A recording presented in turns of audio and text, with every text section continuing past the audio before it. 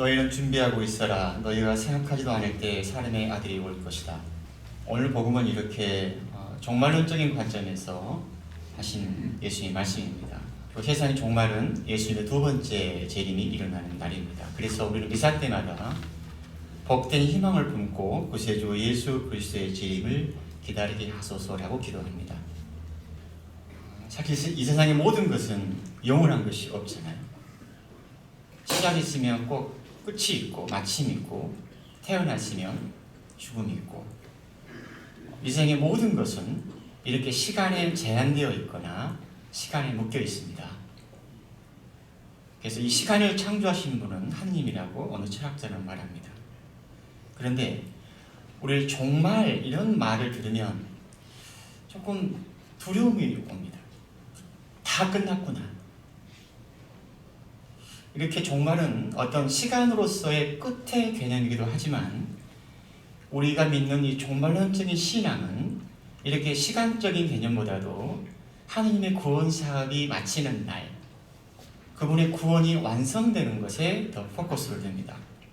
그래서 모든 것이 끝났구나, 어떤 허무나 절망이나 두려움보다도 어떤 예수님이 다시 우리를 오시는 그 재림을 우리가 복된 희망을 품고 기다리라고.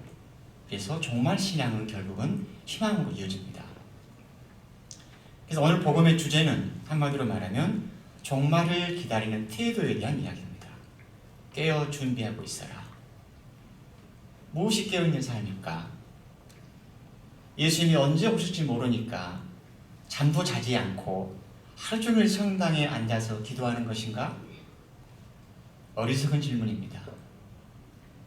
예수님이 언제 오실지도 모르고 세상 종말의 날이 언제 올지는 아무도 모르고 예수님도 말씀하셨지만 오직 그것은 하나님 아버지만 아신다고. 그래서 저는 엄밀히 말하면, 솔직히 말하면 세상이 언제 끝날지는 그렇게 큰 관심이 없습니다. 그렇게 많이 가지 않습니다. 저의 관심은 저의 삶의 끝자리입니다. 내가 어떻게 죽어가야 할지, 그보다도 지금 현재 내 삶이 어디를 가고 있는지, 그리고 내 친구들, 내 가족들, 또 내가 알고 있는 사람들이 어떻게 삶을 마칠지, 지금 어떻게 살아가고 있는가에 대해 훨씬 저는 관심이 더 많습니다. 그렇다면 무엇이 깨어있는 삶일까?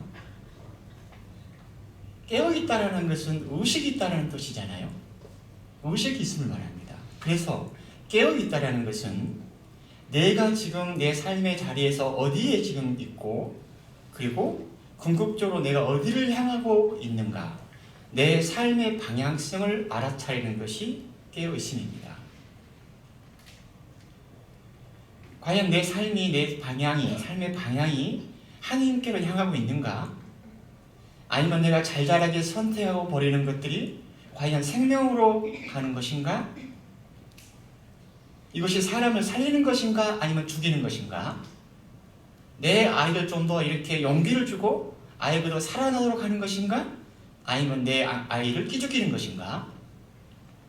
궁극적으로 말하면 내 삶의 방향성이 구원으로 가는 것인가 아닌가를 알아차리는 것이 깨어있음에 대한 생각입니다. 그럼 깨어서 준비하고 있으라고 말씀하시는데 무엇을 준비하라는 건가? 결론부터 말하면 내가 신앙인으로서 하루하루 내게 주어진 평범한 삶을 살아가는 것입니다.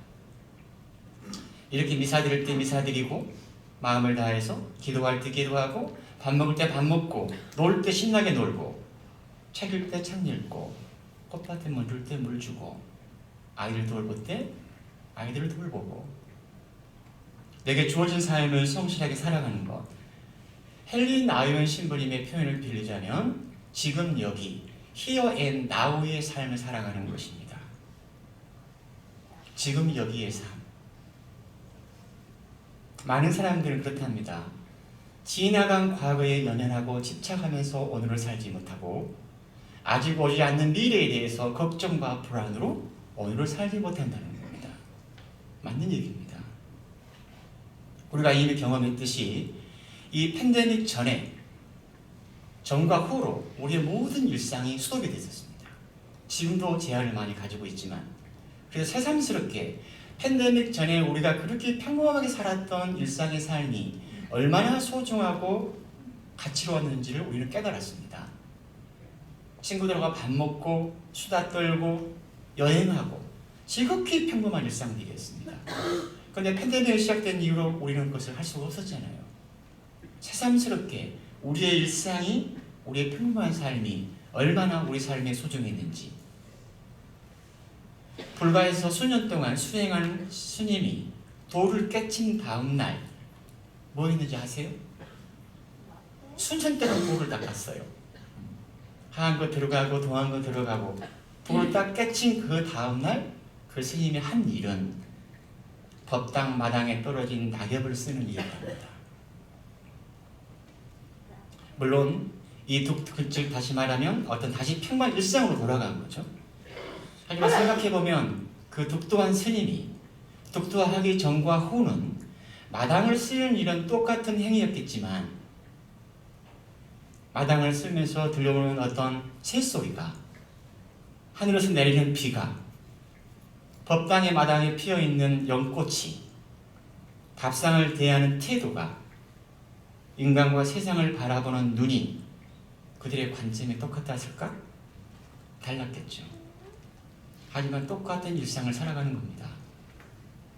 지극히 평범하면서도 어떤 일상적인 삶, 설령 내일 종말이 온다고 할지라도 내 삶을 살아가는 거, 꽃나무에 물을 주다가 세상 종말이 온다 이 소리를 듣고 후다닥 목주 들고 성당으로 들어오는 것이 아니라 계속해서 물을 주는 것이 제가 생각할 때는 깨어 준비하는 사람의 태도입니다.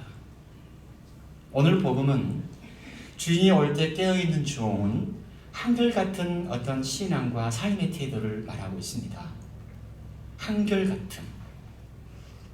즉 하나님께 대한 믿음과 신앙을 간직하고 복음을 살아가는 삶, 현실적으로 살아가면서도 뭔가 갈등하면서도 뭔가 머뭇거리면서도 뭔가 손해보는 것 같아더라도 설령 넘어졌더라도 다시 일어나서 내 삶을 살아가는 것.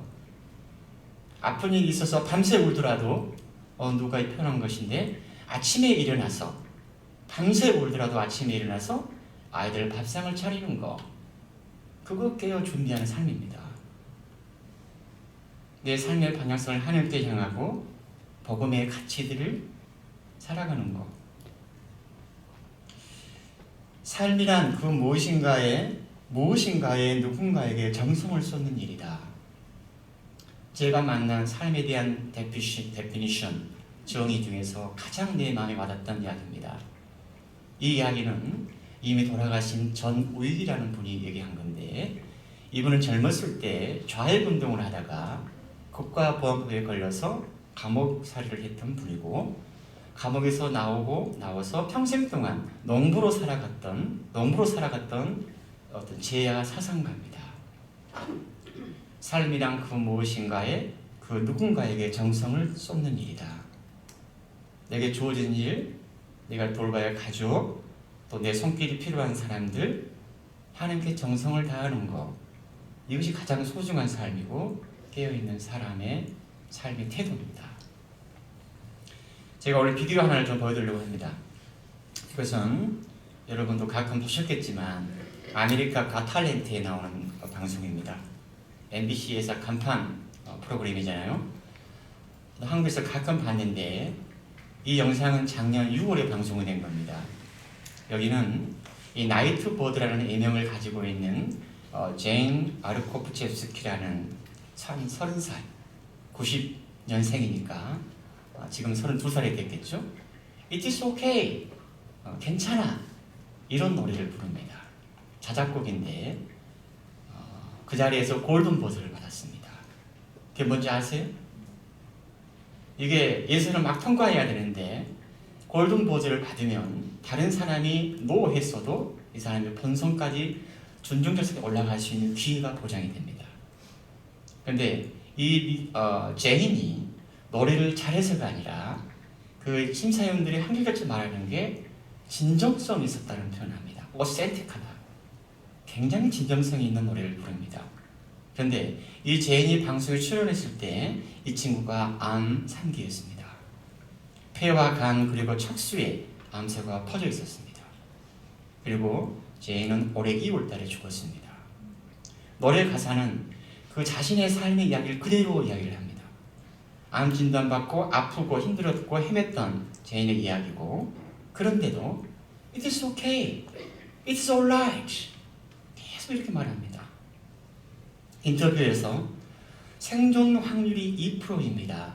그런데 2%는 제로, 0%가 아니잖아요. 2%는 뭔가가 있다는 것이에요. 이런 말을 합니다. 나중에 그 진행자 심사위원 사이먼이 그런 말을 하죠. 당신이 그동안 겪었던 일들을 우리에게 말해주었네요. 하니까 하는 말이, 제인이 하는 말이, 인생이 쉬워질 때까지 기다릴 수 없잖아요. 내가 먼저 행복해지기를 결심해야 합니다. 이런 말을 합니다. 결국은 저는 제인은 자신의 삶의 마지막 날을 희망으로 맞이하고 있습니다. 밑에가 한글 자막이 있는데 뒤는 안 보일 수도 있어요. 간단하게 이렇게 내용을 보면, 여름에 캘리포니아로 이사를 했어. 기분이 바뀔까 싶어서 이름도 바꿔봤지. 내 모든 문제들을 뒤로 할 수 있을 거라고 생각했어. 난 이제는 숨을 쉴 수가 없어. 나 자신을 안다고 했지만 거짓말했던 것 같아.